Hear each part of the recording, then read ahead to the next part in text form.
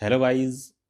मैं राहुल सोलंकी एक बार फिर आप सभी के सामने हाजिर हूँ काफ़ी लंबे समय के बाद, क्योंकि 5-7 दिन से कोई वीडियो आपको नहीं मिल पा रही है, क्योंकि मैं थोड़ा घर पे आया हुआ था छुट्टी छाट्टी, तो इस वजह से चीज़ें आप तक नहीं पहुँच पा रही थी। तो चलिए हम आज थोड़ी सी बात कर लेते हैं ग्रुप डी रेलवे की। जो ग्रुप डी की इस समय पैट की परीक्षा चल रही है, तो उसमें बहुत सारी चीज़ें देखने को मिल रही हैं कि कुछ बच्चे एब्सेंट हो रहे हैं, जा नहीं रहे अपना पीईटी देने के लिए। ठीक है। और इस समय आपके पास जो वैकेंसी हैं 1 लाख के करीब हैं सभी बोर्डों की मिलाकर, और बच्चे उन्होंने 3 गुने के करीब लिए हैं, लगभग 3 लाख के आसपास। ठीक है। तो आपके पास ये बहुत ज़्यादा गोल्डन चांस है जिसे आप शायद ही गँवा रहे हो। कुछ बच्चे तो फिज़िकल में फ़ेल होके गँवा रहे हैं, और कुछ बच्चे एब्सेंट होके गँवा रहे हैं। तो मैं आपको कहना चाहूँगा कि देखो, फ़िज़िकल में आप जब लोग मारते हो तो शायद कुछ बच्चों के सामने समस्या आ जाती है, रुकने की, पेन वग़ैरह हो जाता है या कहीं मोच आ जाती है। बाकी यदि आप बगैर प्रैक्टिस करे जा रहे हो और पूरे राउंड नहीं मार पा रहे टाइम के अंदर, तो देखो ये आपका एक अपने आप में अपॉर्च्युनिटी खोना ही है। ठीक है। अपनी जानबूझकर कहूँगा मैं, अपॉर्च्युनिटी खोना। देखो, कैज़ुअल्टी हो जाती है वो अलग बातें होती हैं, बाकी यदि आप टाइम के अंदर नहीं आ पा रहे हो, तो आप जानबूझकर चीज़ों को टाल रहे हो। ठीक है। जानबूझकर चीज़ों को इग्नोर कर रहे हो। ठीक है। तो जिनका अब आगे आने वाले जो बोर्ड है उनका पीईटी, जैसे अब भुवनेश्वर का तो लगभग हो गया ख़त्म। बाकी जो आने वाले और भी बोर्ड हैं जिनका पीईटी अभी होने वाला है अगले कुछ दिनों में, तो उन बच्चों के लिए मैं कहना चाहूँगा कि आप इस जो गोल्डन चांस है इसे बिल्कुल भी ना गँवाएँ, ना निकालें, क्योंकि ये आपके लिए बहुत ही इम्पोर्टेंट है।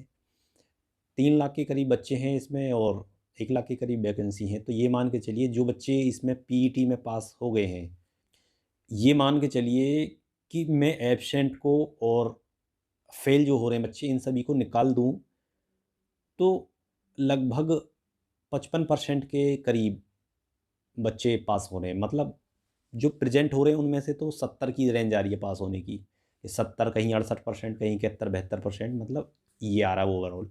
यदि मैं एब्सेंट को भी जोड़ लूँ तो 55% के करीब बच्चे पास हो रहे हैं, 45% बच्चे एब्सेंट और फ़ेल हो रहे हैं। ठीक है, दोनों मिला के। तो आप मान के चलिए 3 लाख वैकेंसी हैं, तो 55% के करीब बच्चे पास होंगे 3 लाख में से।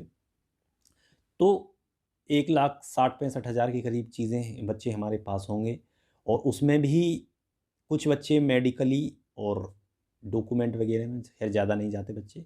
मेडिकली भी कुछ बच्चे अनफिट होंगे, तो आप जो भी बच्चे फाइनल तक पहुँचोगे, शायद ही आप कोई बाहर हो पाओगे। सभी बच्चे सेलेक्ट होंगे मेरे हिसाब से, और सभी को एक अच्छी गवर्नमेंट जॉब मिल जाएगी जिसकी आपको बहुत दिनों से इंतज़ार था।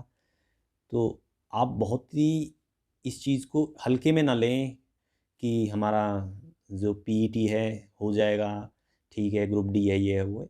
आप पहले एक जगह सेटल होइए और फिर उसके बाद आगे चीज़ें करते रहिए। तो ये एक मेरा मैसेज है कि बहुत बच्चे मैं देख रहा था 1-1, 2-2 सेकंड से मतलब रनिंग में रह जा रहे हैं। मेन तो जो पीईटी का जो हिस्सा है वो 1 किलोमीटर वाली जो दौड़ है, वो है। उसमें बच्चे काफ़ी ज़्यादा संख्या में निकल रहे हैं। 1-1, 2-2 सेकंड से बहुत सारे बच्चे निकल रहे हैं। तो आप एक चीज़ ध्यान रखें कि जब आपका लास्ट हो, बिल्कुल 100-200 मीटर बच रहा हो, तो आप अच्छे से खींच के लें जितनी भी एफिशिएंसी है, चाहे आके वहाँ गिर जाएँ। और एक चीज़ का विशेष ध्यान रखें कि वहाँ 2 मैट पड़ी होती हैं। तो आपको पहले मैट पर पैर पड़ने के बाद दूसरे मैट पर जाना चाहिए ज़रूर। ठीक है?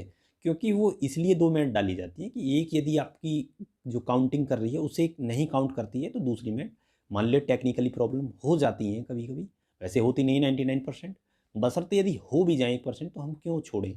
तो बहुत से बार ये बच्चे क्या है, मैं देख रहा था रनिंग को, पहले ही मेट पर आने के बाद वहीं अपना इधर से ही निकल जाते थे या वहीं बैठ जाते थे।